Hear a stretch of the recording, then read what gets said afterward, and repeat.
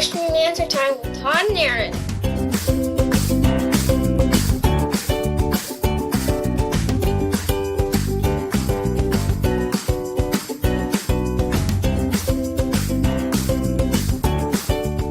It's time for Q&A with TNA.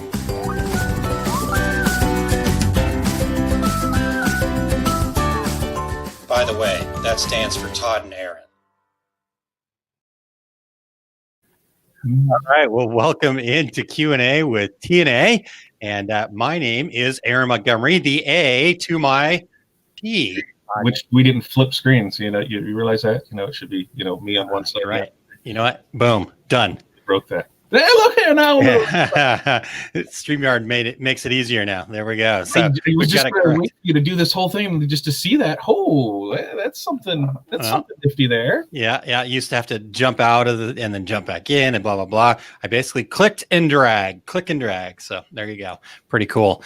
Yes. So welcome in Todd Downing, Aaron Montgomery here from our Success Group. Right over that way. There we go. There you go. Perfect. It's been such a long time since we did it. I watched our intro there, and I was like, oh yeah, I remember that. That was fun. Oh, we had us doing that, and then we were trying to like do high fives, and oh man, good times. And then the OSG challenge. When you tried to kill me. Yeah. Yep. I thought about bringing it back. So. Nope. Nope. I mean, for you, moral support. I will give you moral support. I appreciate that. But as far as me doing that, no, man. All right. I'm not gonna try to kill you again. I'm fat dad for a reason, I love it. All right. Well, guys. So this is a Q&A here to have a lot of fun, obviously, and answer some questions. And we've got some good questions, so we appreciate people jumping in there. Let's hit a couple of comments here real quick, Todd.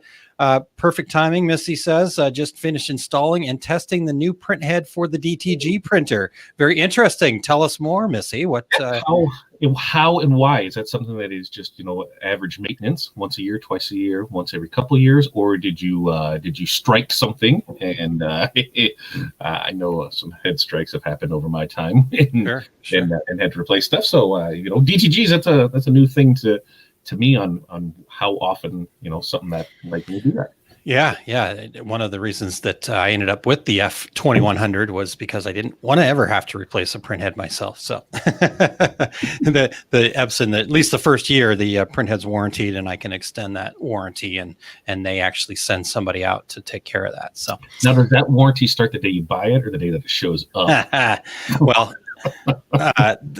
And we're talking about the sublimation printer or the no that was a big part of the fight at the end. I'm like, I need it in writing that the warranty starts today, not 6 months ago when I bought this.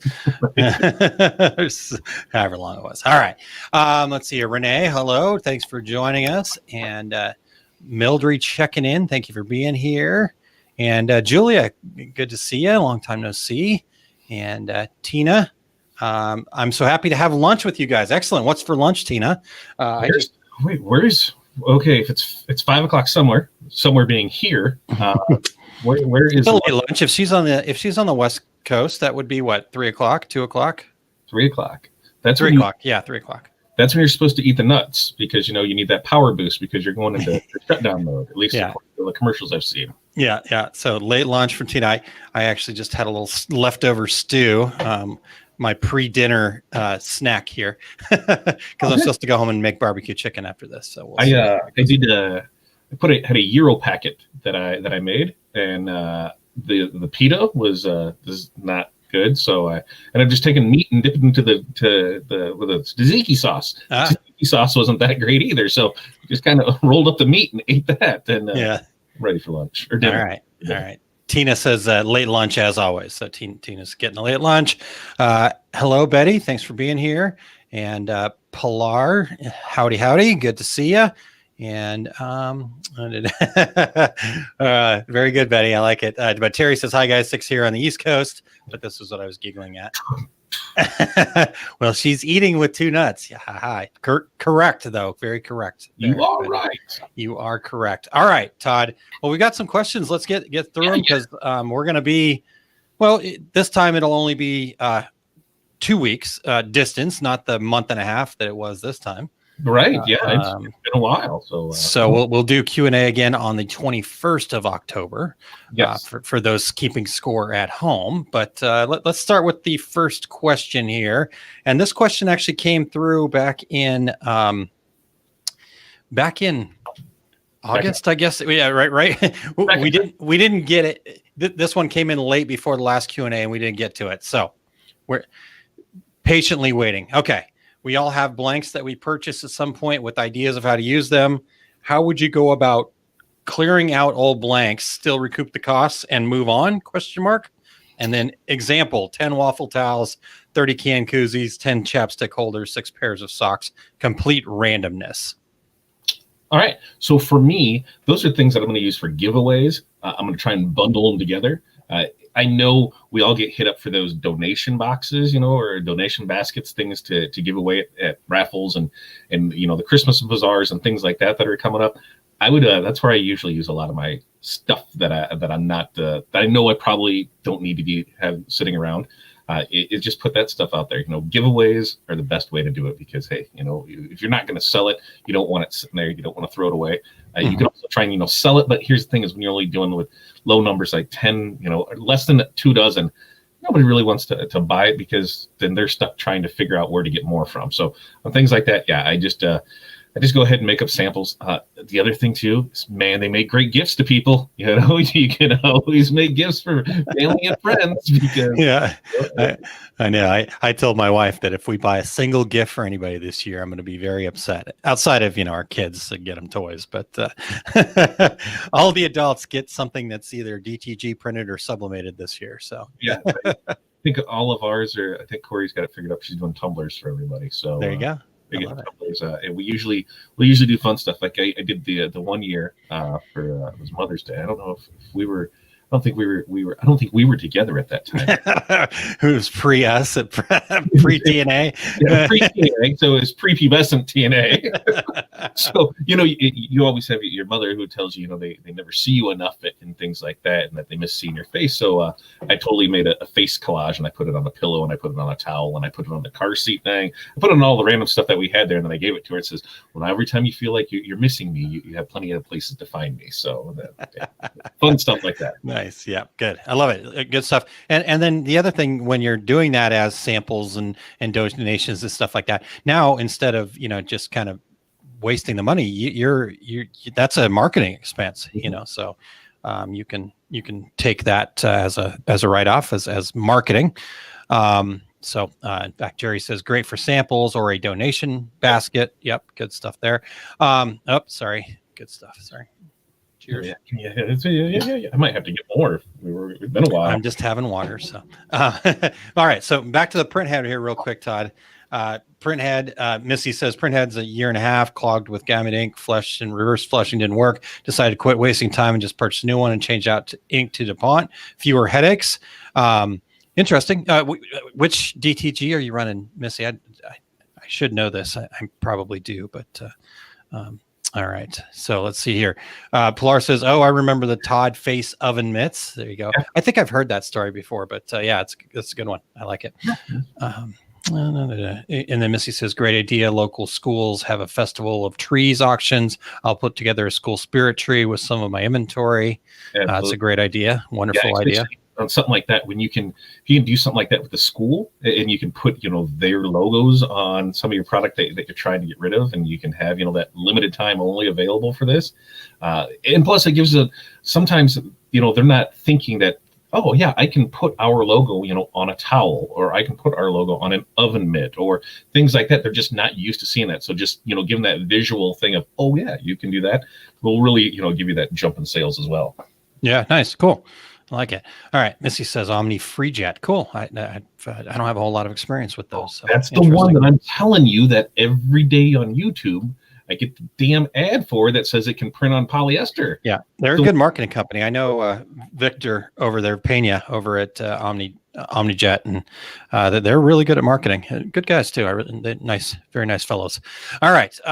Let's see here, Todd. Let's says don't do it, or Missy says don't do it.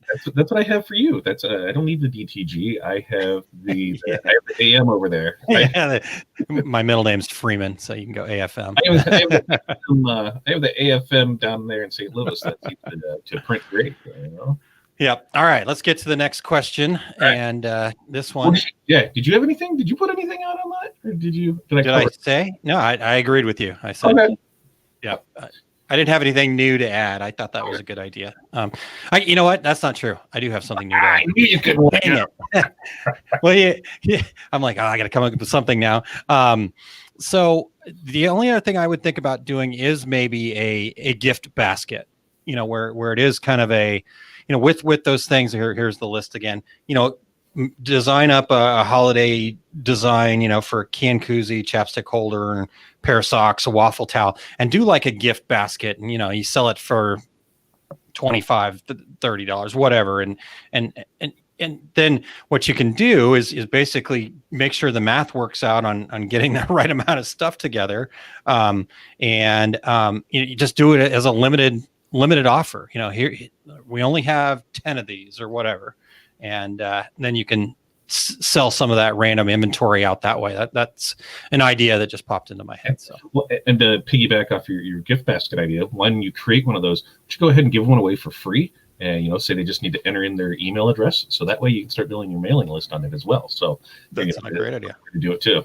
Yep, it's a great idea. Excellent. All right, Scoob checking in. Hello, and Missy says, baby shower basket, bridal shower basket. Yeah. Excellent ideas. Yep. Good. Wonderful. We're crowdsourcing some ideas here, Todd. This is wonderful. All right. What we're all about. Yep, indeed. All right. Let's get back. Okay. We're going to change gears here pretty dramatically. So, okay. What's your best excuse for getting out of a traffic speeding ticket? Just don't do it.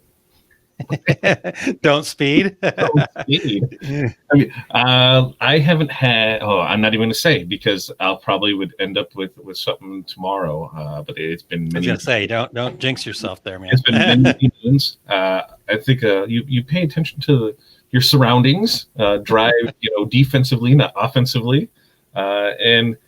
I don't know, man. I don't have any good excuses. I was always the one that I just shut up and didn't say anything, and I gave them what was required. And when they asked me questions, I didn't answer. And I said, my lawyer told me not to answer these questions without him present. And that kind of ends the conversation, because anything you say can and will be used against you in a court of law. So when you tell them where you're going and what you're doing, guess what? They can use that for you. When they ask you how much you've had to drink and you tell them, 3, guess what? You admitted to drinking. So the best thing to do is say nothing. Give them what they request for. And then just, you want to fight in court, go for it. When you get to court, if it was a speeding ticket, ask for the calibration of the radar gun.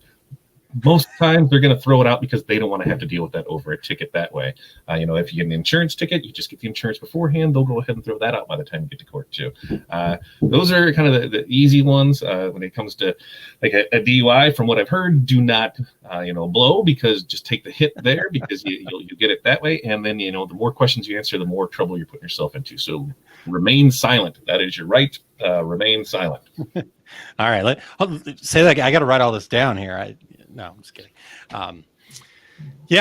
Terry said you said we could ask any question. Absolutely, that was the whole point. Any question? That's a great answer, Todd. I was trying to come up with a good excuse, but like you said, I'm in the same boat with you. I haven't. It's been since I was in my teens that I've had any run-ins with my good friends at the police station. So as will I.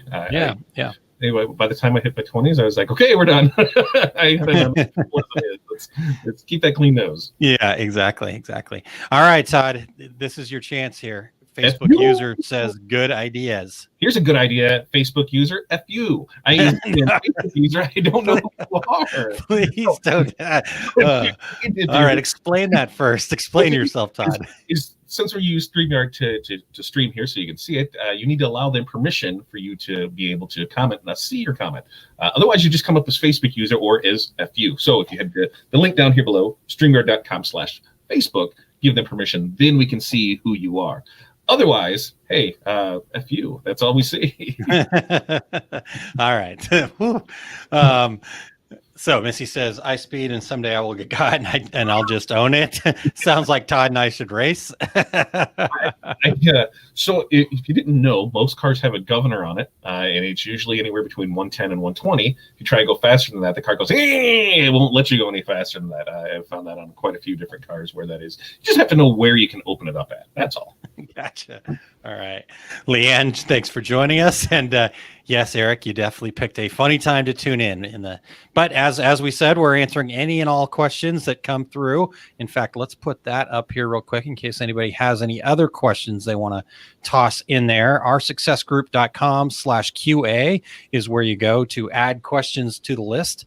I think we've got enough questions for today, but for next time, so just keep those questions coming. Again, any and all, just like Terry said, we're happy to answer whatever we can. So, whether it's fun and just entertaining and I just learned a whole bunch of stuff from Todd. So that was good.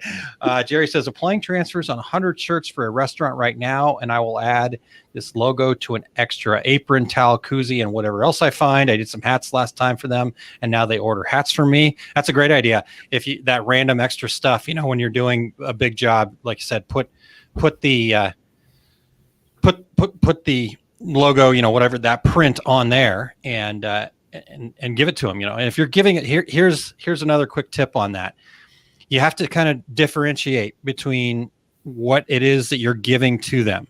If you're going to give them these things as a marketing piece and you just want them to know about it, then you can put your logo on there somewhere.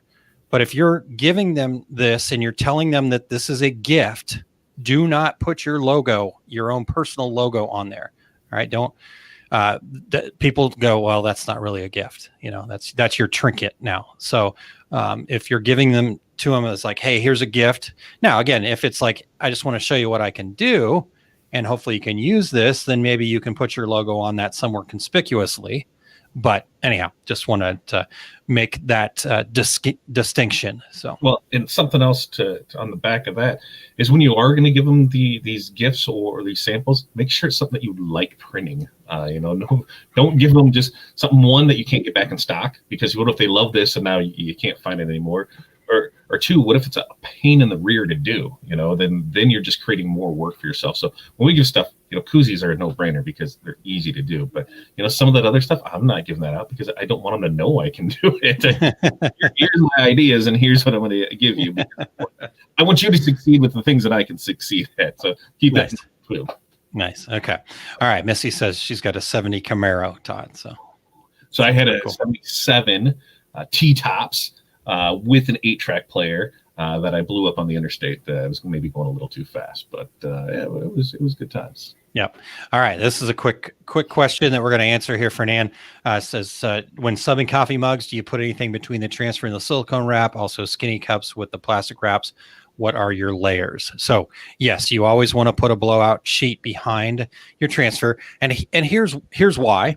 Obviously a couple reasons why, but the first reason why is, when you think about this ink turning into gas, you've got the paper behind it, but paper's porous. So that gas is going everywhere. It's not just going one way. The gas is going both forwards and backwards. So putting a blowout sheet behind it keeps that from picking up on your silicone wrap or other things like that. But the other thing that it does is it does help it kind of go in the direction that you want it to go. So even if you're using the sleeves, the silicone wraps that you're just going to throw away after you're done, you still want to I always put a blowout sheet behind everything that we do. And again, it doesn't, I've used leftover parchment paper from DTG, craft paper, extra paper that I had laying around, whatever. The blowout sheet, you're really just going to be, recycling it. So I wouldn't worry about it. I'm not saying I wasn't paying attention, but I was paying attention. But I was reading comments as well. But did you say the reason why? I know the gas goes everywhere, but it's to prevent it. So the next time you use something that it doesn't transfer it on that. Correct. That's one of the reasons. So like on your silicone wrap, it'll get on your silicone wrap, and then you'll see it. But the other reason is actually because it does help keep that ink going in the right direction. So like I said, even with the plastic wraps, the shrink wrap film. I still put a blowout sheet in there. I know some people don't, but I always do, and I just feel like I get better prints with that. And so, Sweet. there we go. That's my answer. Any difference? That's what I think. Yeah. Okay. That's it. I'm good. You nailed it. Okay. All right. Terry says everybody wants to challenge you to a race. Do they not know that you only race golf carts?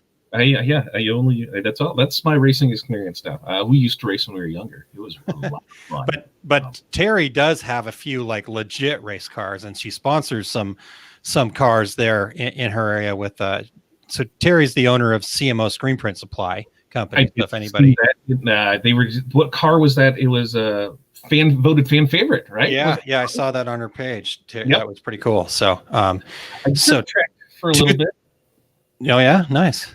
That's how those kind of all got started. It was, when you're a dirt track racer and you're in the bomber class, you don't have money to spend on getting your car done nice, and you're just going to wreck it anyway. So hey, we can make our own decals and put it on there, and then it just kind of grew from there. And then we did a straight track racing for a while, drag strip, because hey, your car is going to look magnificent time after time. So it's it was the 20s. My 20s were a fun time for me.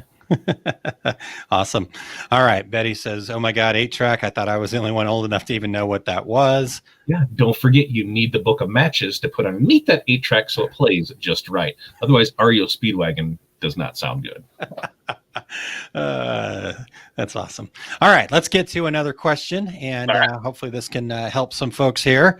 Okay. Question is it better to start a business using a social media page, group, or actual website? I started posting on my personal page, recently created a business page, but don't feel like I'm getting traffic. So I would go social media for sure. Social media is where the first place I would start at, because especially now, you can even create stores within them. You need that website for them to order a product from. Yeah, you can do things through Messenger and things like that, but it just gets way too hectic, way too quick. You need them to get to a page. From that page, then you can have that private group where you can have them go into. Then that page, you can link them to your web store. That page, you can link them to the Facebook now. Once you have that business page, you can have the Facebook shop in there as well. So, I think that the good starting point is that social media page. Yeah. Yeah. Now, you and I definitely differ here a little bit on this. And I know we've had this discussion in the past. So if I'm repeating myself, I apologize. But I still think that if your intention is to be in business, there's no reason that you shouldn't have at least some sort of web presence of your own. That's not a social media page. So your own actual website, as easy as, you can. We've done it. You've shown people how to set up an Equid store in our OSG trainings, and after going through that, I had a store set up in 15 minutes. Yep. So it's could be an e-commerce site, but it could just be a simple, informational, here's how to contact me kind of landing page set up, but I just think that in today's world, having a business requires having a webpage of some sort. And because that's your, it's like your business card is what, the way I look at it, honestly, it's today's business card is your website. So, anyhow, now with what she mentioned, and I know that's why I said she, sorry. I'm not trying to give away who answered the questions or who asked the questions, but I get to see that. So what when mentioned that, I started posting on my personal page and then the business page, but I don't feel like I'm getting traffic. And, that is the challenge is that then once you do start a business page, but you can't, Facebook doesn't allow you to use your personal page as a business page. Right. So at a certain point, you are going to be violating their terms of service if you continue, sharing things on your personal page from your business page is totally legit and fine. And it falls in their terms of service. But if you're using your personal page as your business page, at some point you will get kicked off of Facebook. So yes, you do have to create a business page and you do have to grow it. And that lots of different ways to go about growing it. Asking questions, being engaging. Todd and I just actually finished up an OSG training. Was that last Wednesday? Yeah, last Wednesday. Yeah, okay. It's been busy week already. So last Wednesday, and we talked a lot about the different things that you've got to be doing, and ways to look at it and things like that. So it takes a plan, I guess is what it boils down to. And then it takes more than a plan too. You got to follow through with that plan. Here's the thing: there's so many different things that are out there, on ways to do it, and what works for one person may not work for another. But you at least have to do something. If somebody says, "Here, try this," and you're like, "No, I'm not going to try it," well, then nothing's going to work. So you at least have to try something. So being here, they said Aaron makes 100% accurate statement with you. You need that web presence because, otherwise you're building off somebody else's back. And if they change their algorithm and now they're not going to show any screen printing stuff to anybody, guess what? Then you're out of the water on that. So you have your standalone site that you're getting them to, where you can grab their information from. So then you can, build your email list. You can do your marketing through that, and it makes a lot more sense. So definitely go hand in hand with having those both together. Oh, excellent. All right. Ready for the next one? Yeah, let's go. All right. Last night, Todd said that we didn't need a sublimation printer and Aaron could print out the transfers for us. How does that work? And is it cost effective? So you. I don't know, Todd. How does that work? Is it cost effective? I send Aaron, I think here's the thing is it's going to depend on how many pieces. Because if you're only doing one or two pieces on things, it's probably not going to be cost effective unless you build that into your cost, what it is for the print and then what it is for shipping to get it to you. So if you're doing a lot of things, say you have a team order, anything I'd say a dozen or more, it's probably going to be, spot on for you. A dozen or less, you're really going to have to look at the pricing and what it is for shipping to see if it's cost effective for you. The other thing is you're not printing it, so you don't have to worry about the maintenance of the machine. You don't have to worry about the inks. You don't have to worry about the paper. You don't have to worry about any of that. You're just hitting the button, it's showing up, and you're pressing. So, it's one of those you kind of got to look at it both ways. You have to know your numbers, to see if it's cost effective for you. Yeah. So to piggyback off of that, like Todd said, I mean, it works. It can work, and it does work because I know people have bought that. We helped a gentleman with I can't remember the exact number, Todd, but about 2,500 masks, I think. It was like 5,000. Was it? Okay. I know. I printed and shipped 6 rolls of paper. Yeah. So 24-inch rolls of paper. So I'm going to actually just throw it up on screen here. So this is the page so you guys can all see and see what it is. So the way that it works is here's the pricing breakdown. You guys can see the prices here. And like Todd said, for onesie twosie things, I don't know, it just depends on what your costs are. We try to keep it as cost effective as we can, but yes, to crank these things out. Now, where we've found the most success is, people are sending multiple things and we're ganging them up on a 24 by 24 inch sheet. So, for example, I was able to work with somebody yesterday and we did garden flags for them.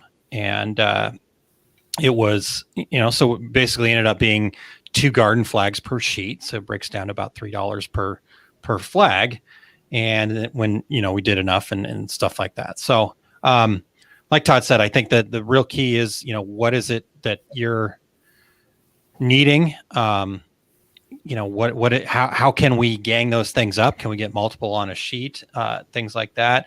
Garden flags are definitely going to be, to me, would be the toughest, but, ganging up a bunch of masks, for example, not too big of a challenge. And the nice part is I do have a software that will do ganging. So you don't need to worry about trying to make a 24 by 24 sheet. Just reach out to us and send us the files and we'll tell you how much it is. Basically, the size that it would take up, it automatically gangs that stuff for you. Print wise, 24 inches wide. Like I said, as long as need be, have printed rolls and rolls for people.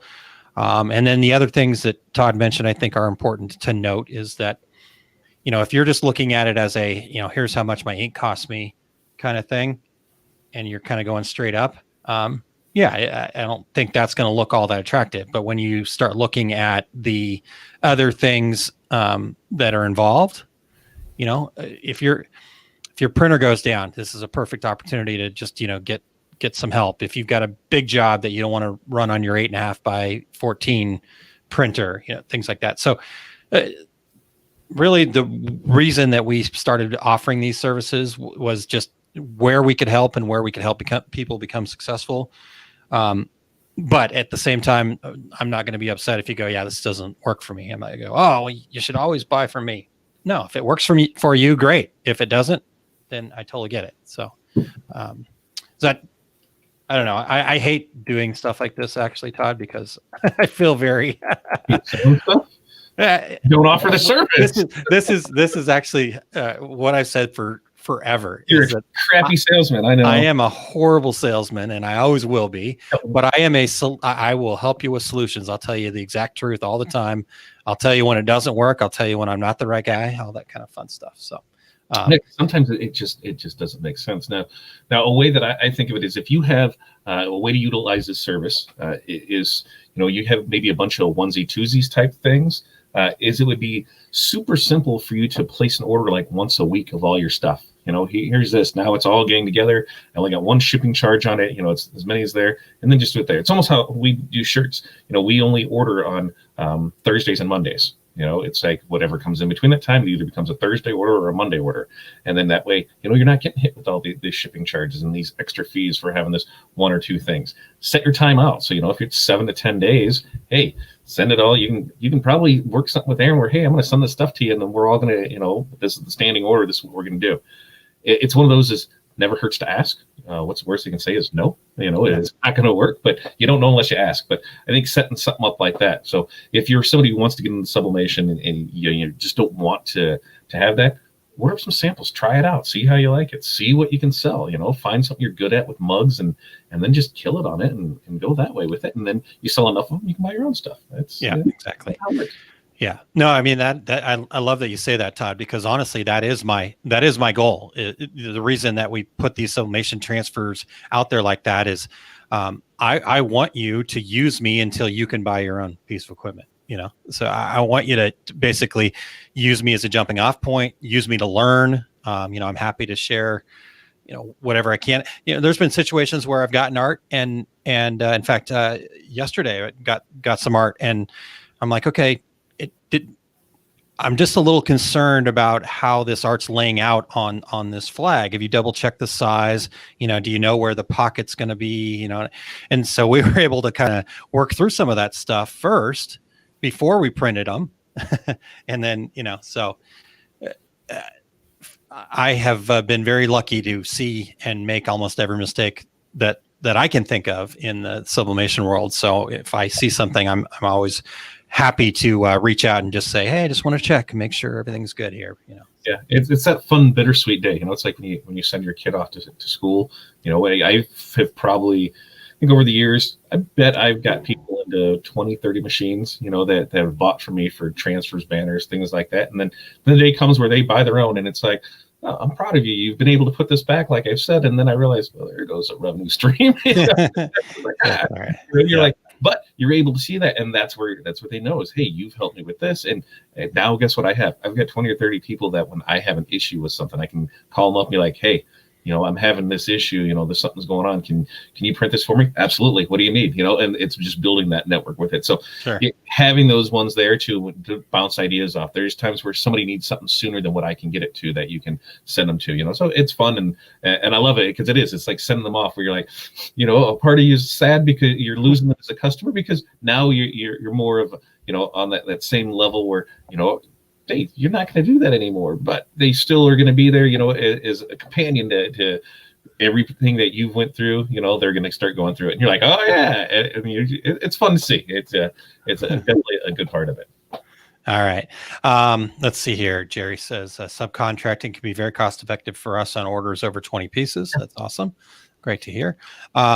Ree says very affordable. Excellent. Yeah. I've been able to help Ree, and it's been really cool. She sent some really cool artwork too. I love when I get to watch her social media and see the finished product too. Yeah. So that's always fun.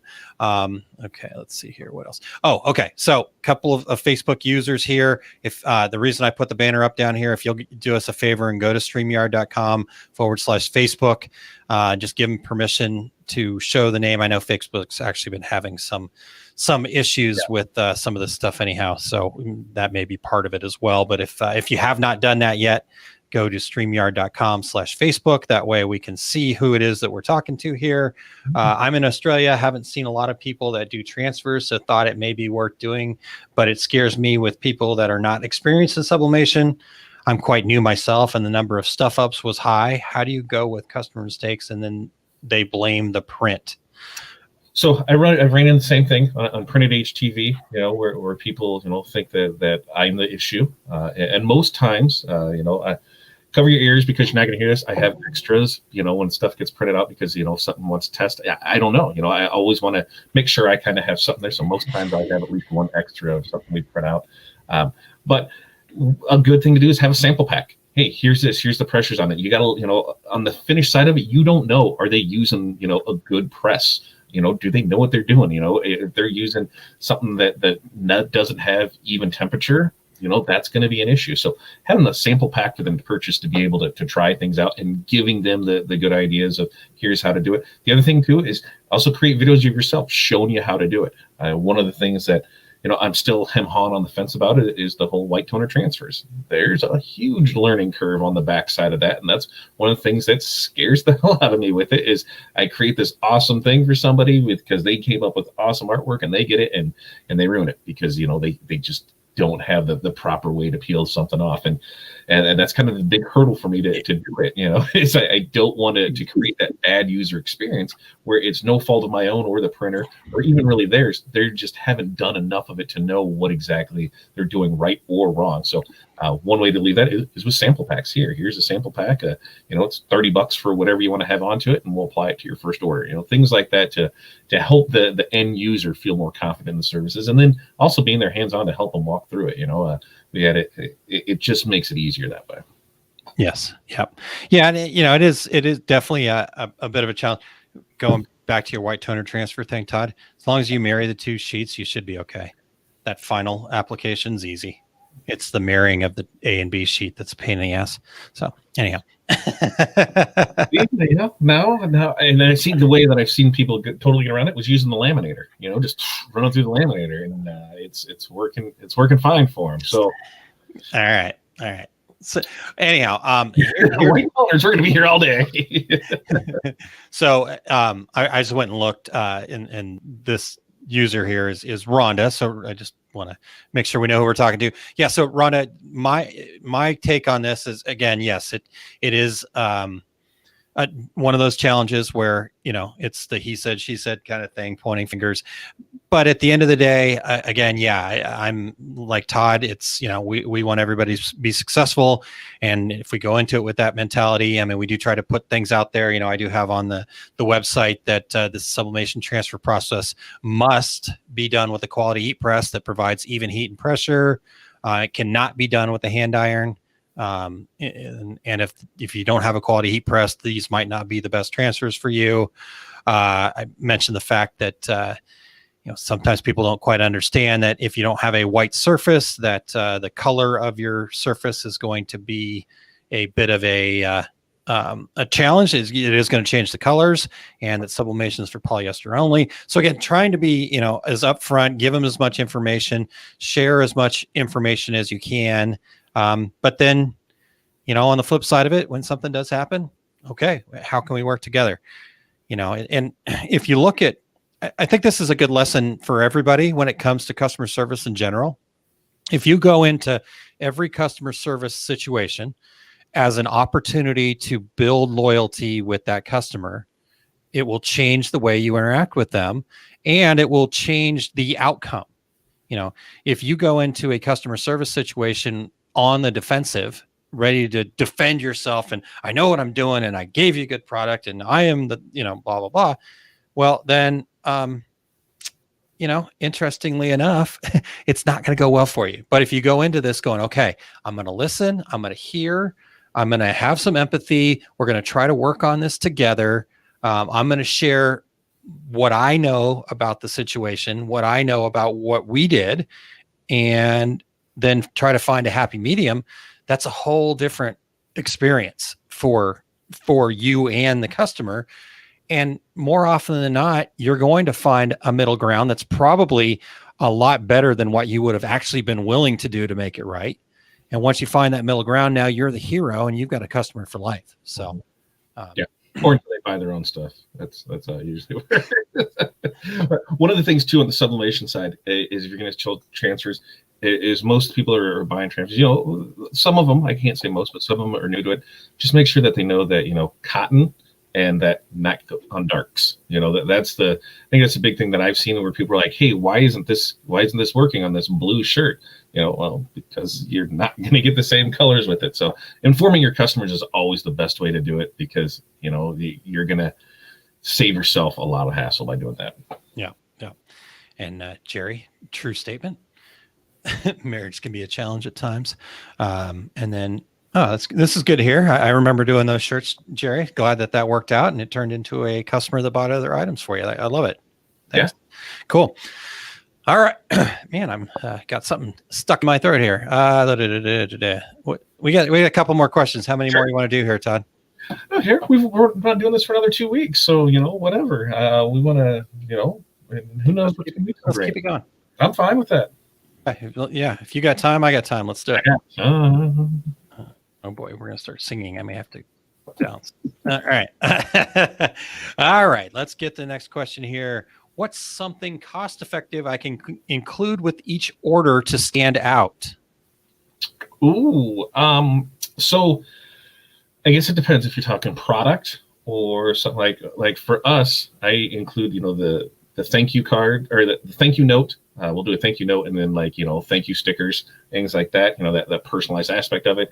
If it's something, you know, for like a bigger order, you know, something complimentary to it, you know, koozies, like I said earlier, are always, you know, a fun thing to throw in there just to show them here's something else you can do, especially when you're talking corporate, because it always seems they always have some kind of event and they're fine with koozies. So, so for larger orders, something that I can really sell them in the future. For small, those one-off things, it's, you know, here's that personalized note, here's some thank you stickers, here's some other fun stuff, and just, you know, simple.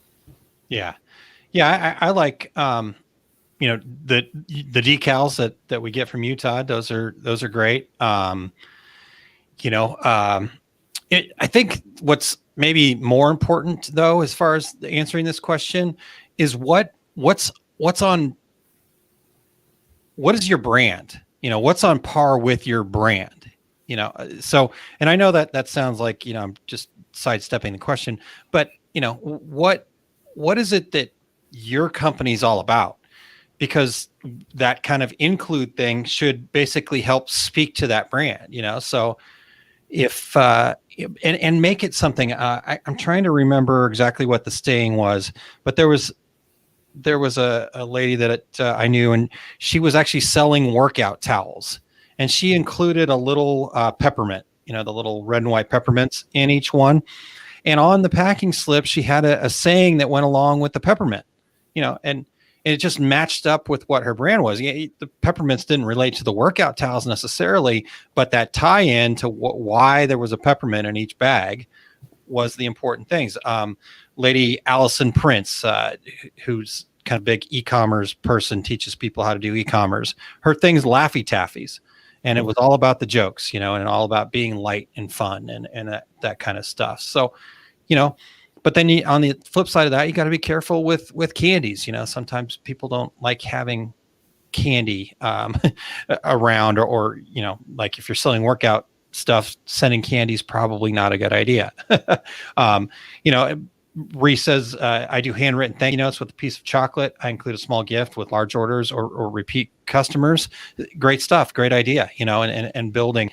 You know, one thing to think about though, that you probably have to just kind of plan ahead for is, I love the handwritten thank you note.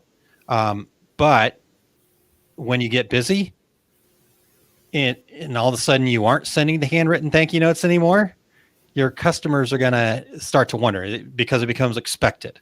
Oh, I wasn't even thinking of that. I was just thinking of the chocolate melting. That's my fear of chocolate. Oh, son. It was if it melts and it gets all over everything and then it ruins stuff. I just did this. That's what scares me on that. So I have to put it in like a Ziploc bag or something. Yeah, interesting. That's a good one. Renee says laser engraved cork coaster and a handwritten note. I love it. That's good. Yeah, I think though, Todd, really to me the key is just making sure that it means something to your brand.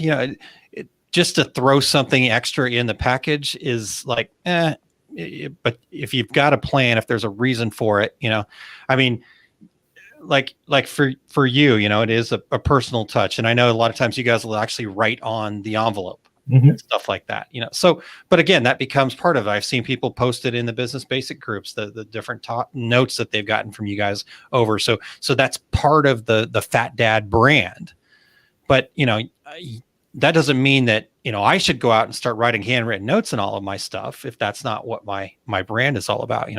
For example, my wife, she doesn't put necessarily anything in on the front end. She actually sends a thank you note in the mail separately, and along with a little Post-it note pads that she gets. So,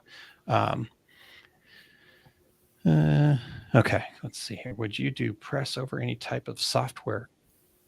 I'm not sure I understand this one, Mildred, if this is just a question or if this is about what we're talking about here with that. So hit us again. Try us again on that one. Upgrade, yeah.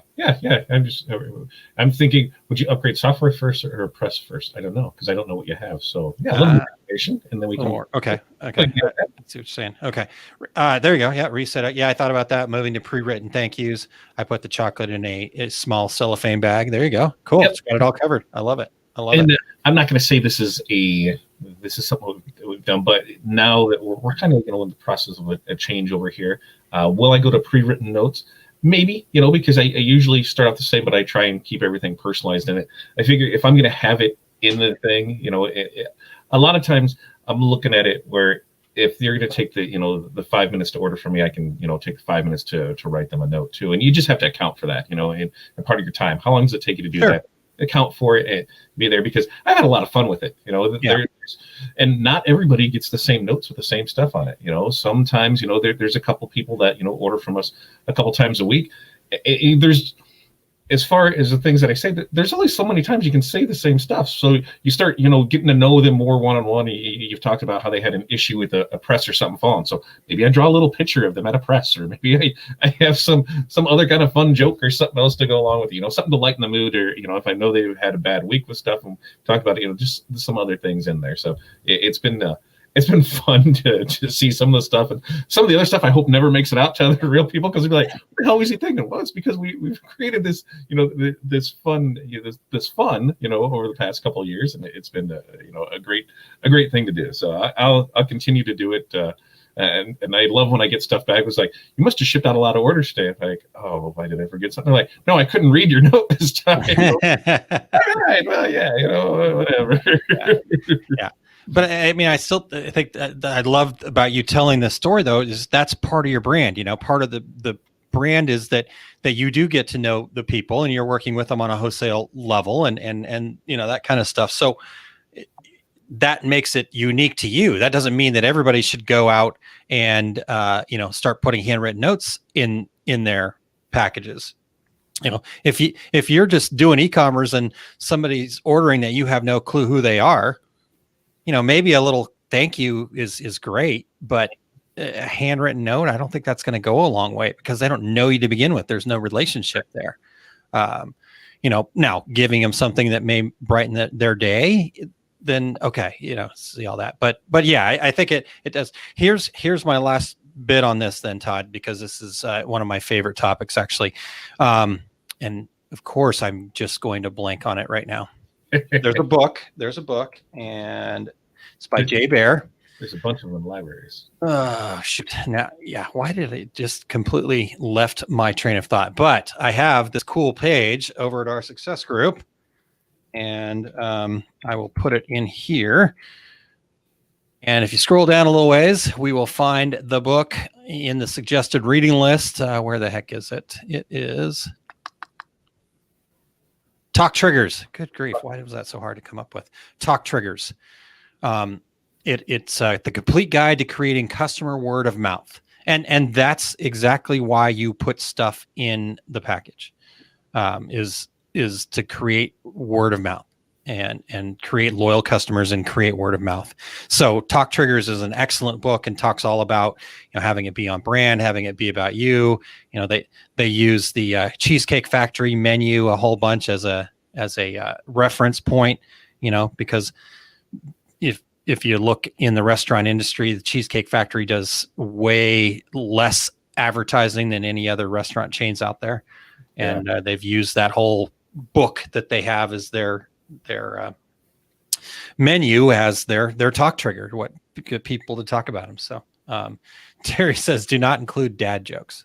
Well, just for that, yes, I have, because what's fun is on those envelopes, you pull that tab and open it up. So there's nothing better than writing a good dad joke here. When they open it up, there's the punchline. It's some fun stuff that we've done once in a while. So yeah. Indeed.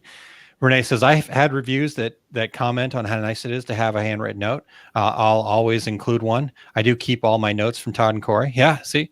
And I love that's the ownership there, and again, that just goes to kind of give us the physical of what Renee is as a brand, what her company is as a brand, and what's important to her. So obviously it's important to her because she's keeping all the notes from you guys, and that's perfect. That's what you need to do, is find out what's important to you and then share that with your customers. So one of our friends, Kelly there, Crystal Ninja, if you ever ordered from her, when you get your stuff all nice and neat and it's wrapped up there, lately there's been Ninja confetti in it. We've kind of had a running joke with her where this confetti ends up. I actually found it on my grill one time. It must have got stuck to the bottom of a plate and it ended up there. But it's like, where's it going to end up next? But it's something that's fun to get there. So that's definitely her brand. So every time we see that, we think her, and it brings back those happy, fun memories. So definitely knowing your brand and knowing how to do it. Maybe I need to figure out Fat Dad glitter heads. Speaking of confetti. Remember that confetti cannon I set off a long time ago? Yeah. When I was turning on the light earlier, there's a piece of confetti still. I'm still finding it everywhere. So nice. It's been months, and I'm still finding confetti from the confetti cannon. So, all right. Let's do another question, Todd. What do you say? Absolutely. All right. Let me get it in there. Else got any comments? Thank you guys for joining us here this afternoon, and we're having some fun and hopefully answering some questions here. All right, Todd, here we go. Yep. Finally got it in there. Sorry, I should have been. Oh, come on. Well, I want to save. Well, I got to hit the right button. Okay. Here it is, Todd. Newbie here. Will you be doing the program again live that helps with pricing and overhead? Oh, and that's why, because I kept putting it in there. I'll edit that while you answer that. Okay. Newbie here. Will you be doing the program again live that helps with pricing and overhead? Yes. That would be our first series of 5 keys. I kind of think that started us all off on, and we'll be starting that back up in second week of January? Is that what we? Yeah, I can't remember the exact date off the top of my head. I can look that up while we're talking here. But yes, so we will. So our success group, we started with this 5 keys program called the 5 keys to launching or growing your business. And within that 5 keys program, we start off with determining your overhead. We talked about pricing. We talked about workflow and organization. We talked about customer follow-up and kind of after the sale, and then kind of a general marketing overview. And those were the 5 keys to growing or launching your business. And from there, that grew into, we also have 2 other 5 keys series that we'll do every year. And yeah, so as Todd has mentioned before, the reason why we love those is that, again, we do feel like those are foundational pieces to having a successful business. Within that, things change, things get updated. So, and we need to review those things. So even if we were to, go through the exact same information again, it would be valuable, but we're going to update it, improve it, grow it, and give more tools. Each time we're growing it and getting better. So, Todd, what else are we doing with the 5 keys? making it spooktacular, or I guess it's Halloween, so I felt like saying, no, my thing with it is, you can join our OSG membership at any time and go back and watch those videos, and I feel you're going to get great information from them, but not the same as with live, because yes, when you're in the program, you can email us and you can get there, but being able to interact with the other people there, see the other questions that are being asked, and that's what we're going to go do, is we're going to go back through it and look and see, okay, here's questions that were asked in it. Now let's answer those questions in the presentation. So that way, hopefully we generate new questions, because that way it's constantly evolving, constantly getting better. And I really love that first 5 keys. I think it set the tone for how everything was going to play out. And the people that went through the program, got a lot of valuable information from it. And we've seen it from there. We've seen them grow, and we've seen us grow alongside of them. It's been a super exciting year to see all those things happen. Yeah, it's it was really cool. And like I said, that's how we just kind of kick things off. And we had, and then we kind of said, okay, cool. So this is working, and our success group kind of grew from there. So it's the foundation, it's the core of what we do at our success group is giving people those things. So the other 5 keys, the second one is the business planning part of it. We go through 5 very foundational pieces of having a quality business plan, and then we just wrapped up. What was the one we just wrapped up, Todd? That was your 12-week roadmap to the holiday season. So it was pretty much all marketing. That one, I believe, is probably so I guess when I look at them, if I have to hear what do you think about each one? I think the first set of 5 keys, if you're starting off, or if you've been in business for 20 years, it's a good foundation to have. Here's a little bit of everything that'll get you going the right way. The business planning one, hey, without that solid plan, you can't build a stable house. So that business planning one is a great one for that. And then on the marketing side of it, we all need marketing. And here's 5 different ways that you can market. And by this time next year, maybe something new has come along, and maybe with TikTok the way that it's going, maybe that's going to be the huge thing next year. So we'll have to throw that in the mix. That's always evolving. There's always something going on with it. So that's always great to be on top of that. Having your foundation of email marketing, that's going to be your stronghold for things to always be able to build off of. But having those other pieces there, do you have to do it all? No. Should you do at least one of them? Absolutely. So I'm in love with all those programs. Cool. All right. Well, and then I had it up, but let me put it back up again. So if you do want to go check out our success group, just head over to oursuccessgroup.com, and you can click on memberships, or you can actually type in memberships after oursuccessgroup.com and check that out. That new 5 keys will be starting on January 13th, Todd. January 13th. Yeah. Now, between now and then, we have lots of great stuff coming up. In fact, our next one happening on October 14th is going to be mapping the customer experience. October 28th is the art of selling. And just a little spoiler alert here. Like I said, I'm a terrible salesperson, but I can sell some stuff. So, you're going to get a little bit of both. You're going to get my non-salesman stuff, and not that Todd's like this crazy car salesman or anything like that, but Todd's got a good salesman head about himself and has some good techniques. So we're gonna kind of yin and yang that there. It'll be yeah, exactly. Yep. And then November 11th, creating word of mouth sales. So looking forward to having that. We're gonna talk some things like from talk triggers and different concepts and techniques, and getting into the weeds of that, creating word of mouth. Then we're going to talk about managing production flow.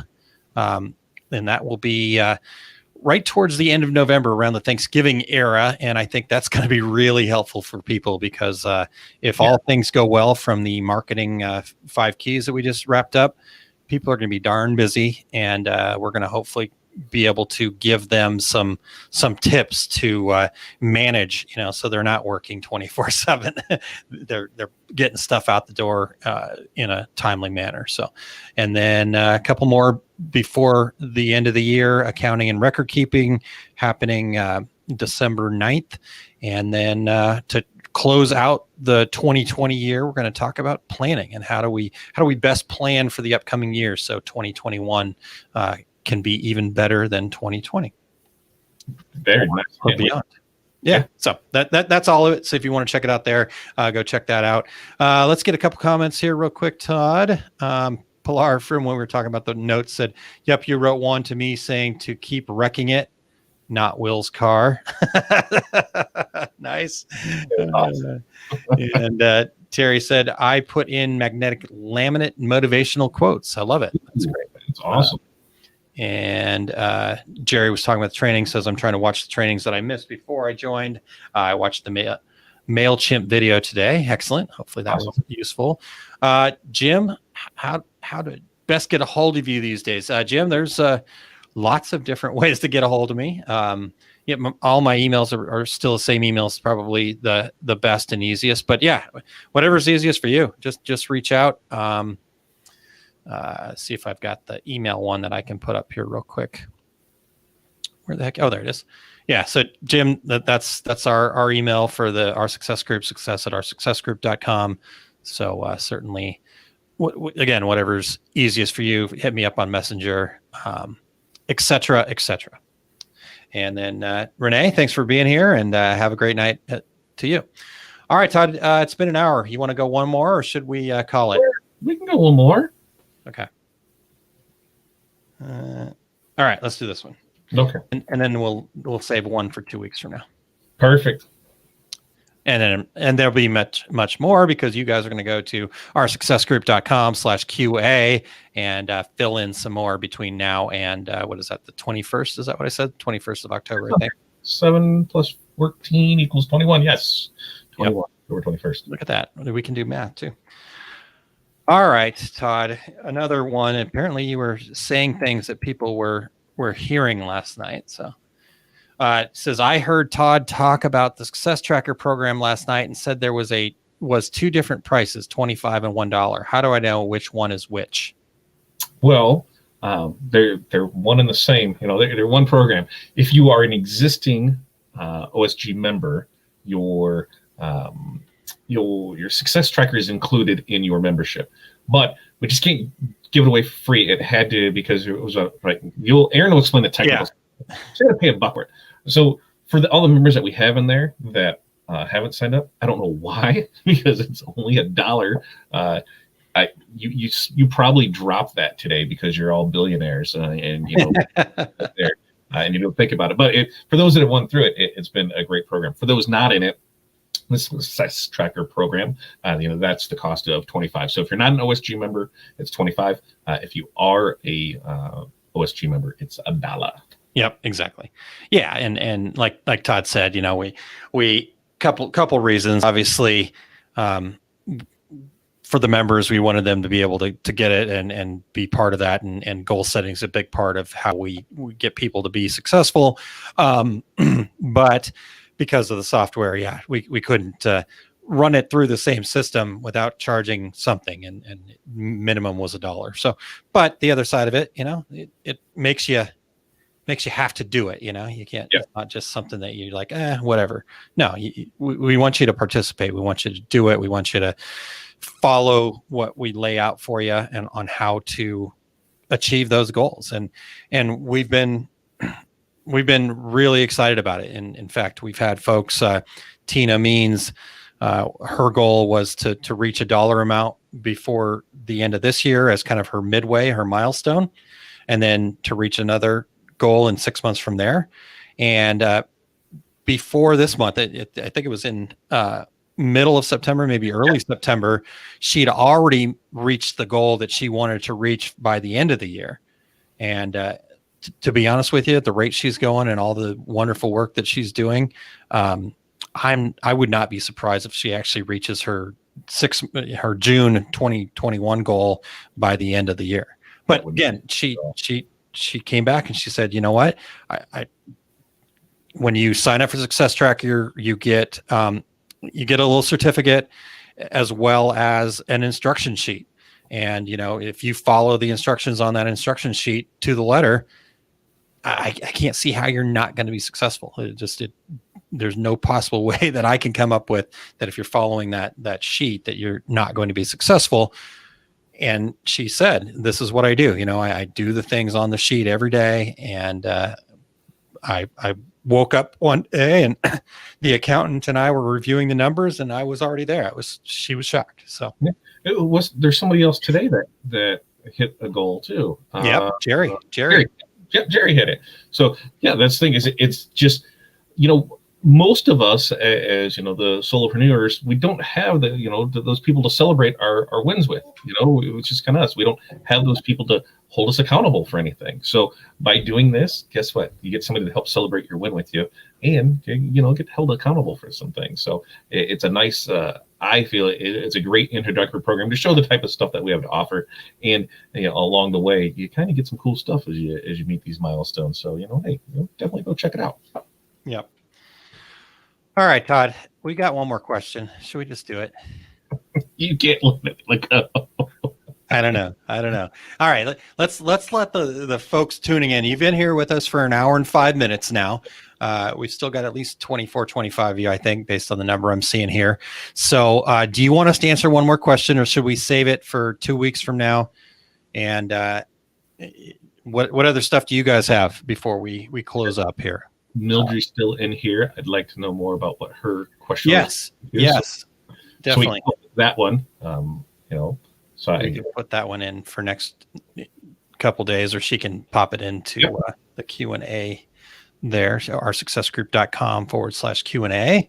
All right, I'm gonna put it on the banner. Oh, Martha says, do it.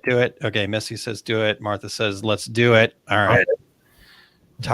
See, I knew I'd talk you into this time with some help from my friends. All right. Oh, wait. Oh, Jerry says go for it. All right. We're going for it, Todd. You okay. Ready? Is it going to be good? Yeah, I think so. Oh. I see tons of places selling masks now. How do I know when I'm ordering is going to be good quality? You don't. I mean, realistically, the only way to know is to have it and to see what it feels, because there's two other options. Is blindly you're going in this, which I did that a ton in the beginning because they just weren't available. So when I found some available, I ordered them in, and when I get 100 masks and it's 100 different masks, it's like, well, we're not ordering from there again. But a lot of it is ask who you're getting from. Ask if other people have ordered them from there. The masks that we get from Aaron, love them. Haven't had any issues with them. They press great. Customers, love them, head over heels with them. Done it, really well with them. So, finding somebody that you can trust to buy from is probably the number one. Because if there are any issues or anything that you have, any questions, they're more than willing to help you with them. And then ask other people. That's what we have the group for. Is to ask, hey, has anybody ordered this from this? What do they think of it? How is it? And it doesn't just have to be mass that goes across the board when people are looking for, to try new things. But, I seem to think that we probably have, some of the best masks that are available out there. So I'm going to totally say, order your masks from Aaron and just be happy with them. So. Just to answer that by just go to montco.biz and you'll be just fine. No. Yeah, so I agree with what you're saying there, Todd. And this is a challenge because I've seen that too, and I've seen in other groups and other places, and I just feel terrible for people where, I think I remember actually in the Business Basics group somebody saying that, they got some masks and they were the wrong one, and now they can't get a hold of them, but they had ordered from them before, and unfortunately, when something happens like masks, I'll be right there with you. I had no intention of getting into the distribution game, but when enough of the folks that we get to work with through our success group said they needed help finding them, and I knew I had connections to finding them, it just made sense. Will I do this forever? No, when we don't need them anymore, it's not. But I think it's right. Todd's right. Is that you do have to find somebody that you can trust, find somebody that you can connect with. What does their webpage look like? Are they responsive beforehand? For me, I'm an email guy, so you're not going to call me. And if that doesn't work for you, then that's okay. Then I'm not your guy, but if you email me, I'm going to email you back pretty darn quick, so it's just, I think it is one of those things where when something like this happens, there are going to be a lot of people come to the table, and not all of them are good people, unfortunately, and the other thing to realize is that some of these folks are not from the United States. And that's not to say that ordering outside of the United States is a bad thing. they just have different ways of doing business, and it doesn't make them bad or anything like that. It's just, for example, the folks in China, and I've had this conversation with my contacts that I have over there, substituting something or it just being different. That's just the way that it is over there. That they don't question that. So when all of a sudden we're here in the States going, well, wait a second, you showed me this and now you're giving me this. And they're like, oh yeah, that's what it is now. And then the next time, oh yeah, that's what it is now. And they don't, it's just not the way their culture works. And I've had a lot of challenges with that over the years. In fact, that's why I'm only buying from the people that I buy from, because I've worked through those challenges with them and said, this is not acceptable. I can't do this, so if you're going to change them on me, I got to know. And, for the most part, in fact, when we got this first round in, I'm like, the first set was, one of them was a little bit different. It still worked and worked out okay. But, I contacted her and she's like, oh, will you please accept them this one time? I'm so sorry. So anyhow. And that's the other thing too, is, when some of these people that are here in the States buying them from overseas, sometimes, it's just hung up in customs. Things can be just hung up. And we all know that shipping is atrocious right now, and it's only going to get worse. So, when they're pre-selling stuff or they're doing a group buy and they're anticipating something being here on the 1st, maybe it doesn't show up to the 31st, and it's not on them. It's tough. That game is a tough game to play when you're putting all your eggs in the shipping. So that could be as well. And some people just aren't equipped for it. They thought, hey, doing a couple hundred of them are fine. And now, there's 10,000 masks that they need to order, and they're stuck on stuff. And now people are wanting money back, and, their line of communication, they just don't know what to do. So if you are one of those people out there, just reach out to them and let them know what's going on. Most people are fine with that. It's just do your best to make it right and move on from there. Yep. I think the as the saying goes, just tell the truth early. The sooner you can, like you said, like Todd said, just get out in front of it and go from there. So Ron said, I ordered a bucket load of masks and they took so long to get here, and now I can't sell because we don't need any more in Western Australia. Well, the people are still looking for them in the States. If you can get them over here, we'll figure it out. Just send COVID down there, and then you'll need them again, and you'll be fine. So maybe that's the other option. Anybody have COVID, hop a plane to Australia. She can sell some masks. Please do not take Todd seriously on this, okay? All right. I want to make sure that everybody knows that Todd's just joking. We're not trying to spread COVID anymore. I hope so. Good grief. All right. Cool. So, I think it does. When something new comes along or something changes like this, it is a challenge, because all of a sudden you're trying to buy something from people that maybe you haven't had experience with it. And I think this is why it is important to have, they won't let you in, Todd. So that's good. Well, right. I like it.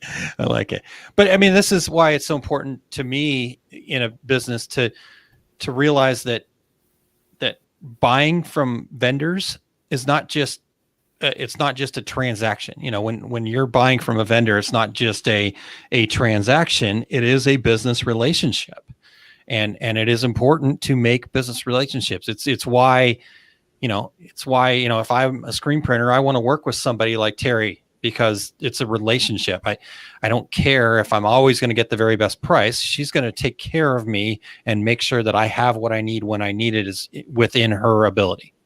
That kind of thing. So all of a sudden, if you're buying masks from somebody that shows up that says that's been on Facebook for 4 days, and all of a sudden they're saying they've got they heard the keyword was RTS, and so they're just posting that everywhere that they can find, and you go ahead and wire them money.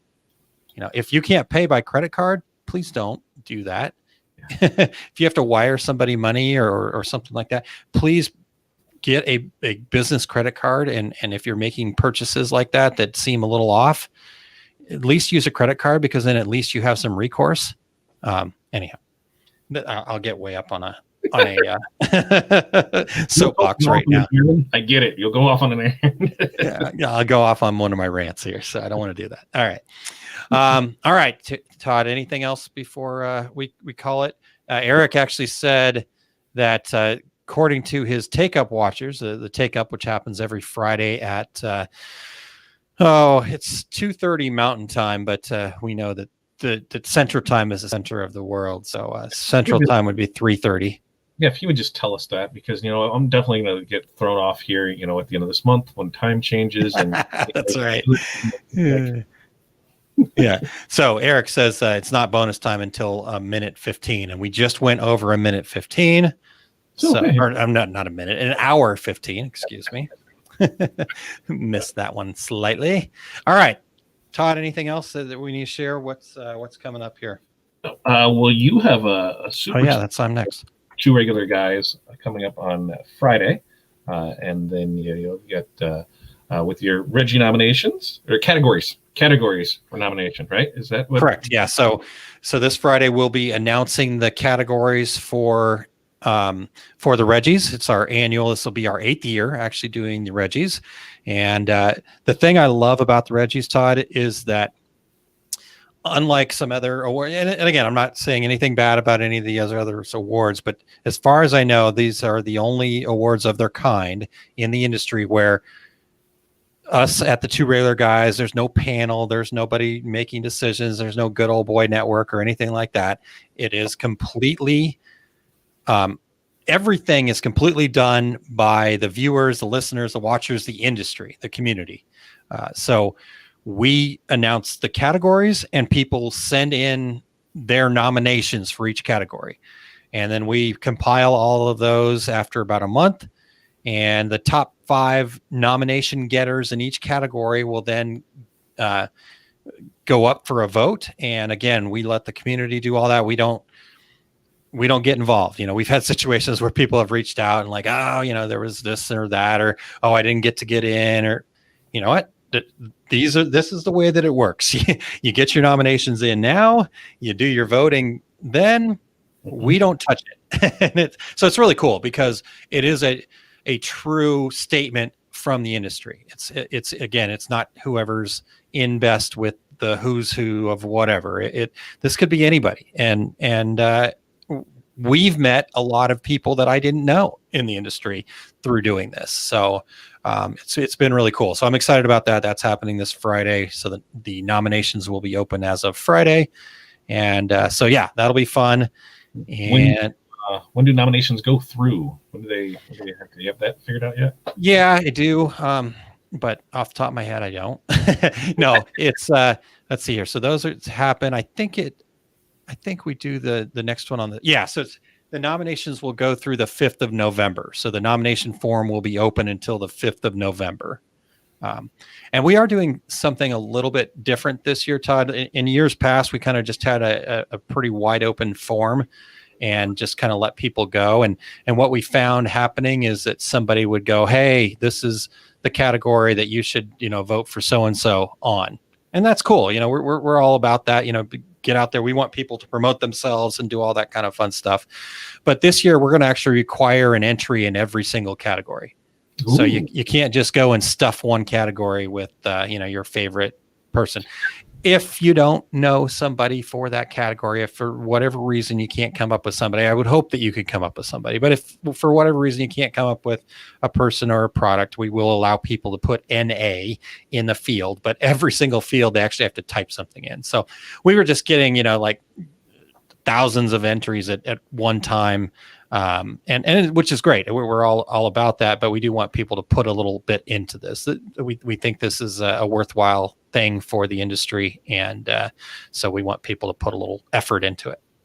So, as a former bridesmaid, never the bride nominee there, I have yet to win. Just saying. One of the cool things about it was that, going through it, there's things that I didn't know either. We were able to, hey, who is this? So if you don't know somebody in a category, check them out, see what it is, and then there's your choices. Which one do you like from it? I learned a lot from it. In fact, I didn't think I was going to get nominated for anything and to drive across the great state of Florida. And I was with Renee when we did this. She's not here, but we're headed over over to the golf side, and here it was on listening to the stream. So it was a fun thing. So everybody that does go out do it, we, even those that don't win, we appreciate being nominated. It's a fun thing to hear, because guess what, it's almost like that Golden Globe nominee or that Oscar nominee. Hey, I was a Reggie nominee, and I'm there you go, in front of everything. So yeah, it's definitely it's for the industry, by the industry, and the more participation that you have in it, and it's always a hoot for it as well. Yeah.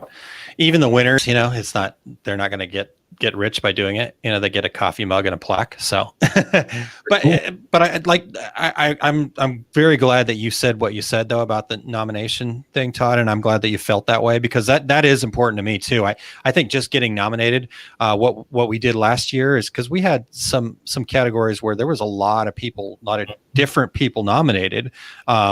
And we'll do the same thing this year. We're going to list every single person that's been nominated. So we will, you may not make the voting even, and you may not win the Reggie, but it is a big deal to get nominated, because you made an impact on somebody else. I mean, heck, you go write yourself in, I guess, but whatever. I have to go. I'll be right back. Todd, I'll write you in. You write me in. Good. Yes. Okay. All right, cool. So yeah, I'm really looking forward to that on Friday. Big time of the year. And since my fourth quarter won't be so crazy this year, I'm going to be able to really kind of get it going. I've got emails planned to go out to people, and it's going to be awesome. I'm really looking forward to it. And then on Saturday, again, moved it to 12:30. Volleyball is still happening. So we moved it to 12:30 in the afternoon, 12:30 Central Time. And I'm blanking a ton here today, but Vision, Plan, Motivation is the title of Saturday. And it's basically topics that I've talked about before on Small Business Saturdays, but we're going to put them together, and we're going to turn them into, I don't know, I'm still coming up with a good name, a flywheel though, basically, because success is a cycle. And it basically takes working this cycle and continually working this cycle. And, as we talked, yeah. It's not the vision, it's the success cycle. The success cycle. There you go. So the success cycle. Perfect. No, that's perfect for us. It is perfect for us. So the success cycle is such that, as you said, Todd, it's one thing to have a plan, and we want to have a plan, but you also have to work that plan, so it's have a vision, know what you want. Then it's the next part of it is to have a plan. What are your specific goals? What are you going to do? And then motivation to take action. It's that take action part that most people miss. Yeah. Anyhow, well, I don't want to give it all away now, but we'll discuss that on Saturday at 12:30. So that's what we got coming up. Yeah, Tuesday, Todd. Sure yet. We're waiting to see, but we'll probably reach in the bag of tricks and see what I have in back that we're gonna maybe do some more sublimation stuff. Actually, I think we're gonna do spangles because we had some requests for some Christmas stuff. So I think we're gonna do some of those. I'm just trying to decide what designs, and we'll probably do a little fun giveaway of some samples for it. So I think that I'm gonna put that down here. Spangles Tuesday with Todd. Done. Spangles. There we go. Tuesday with Todd, 5 p.m. Central Time. So tune in for that. Right here at all the same great locations. So, All right, everybody, let's get the heck out of here, Todd. I think we've gone well into bonus time, and after a month and a half, though, I think it was well worth it. Thank you guys so much for all of the questions, and get those questions in at oursuccessgroup.com/QA. There, I had to find the banner real quick. All right, perfect. Todd, should we try the awkward high five? Yeah, because I think. Hold on. Let me fix the screen first, though, so that we can. Wait, I gotta come back here. Yeah. There's mine. There's our awkward high five. Awesome. All right, everybody. Thanks a lot. Have a good rest of your evening. Talk to you soon.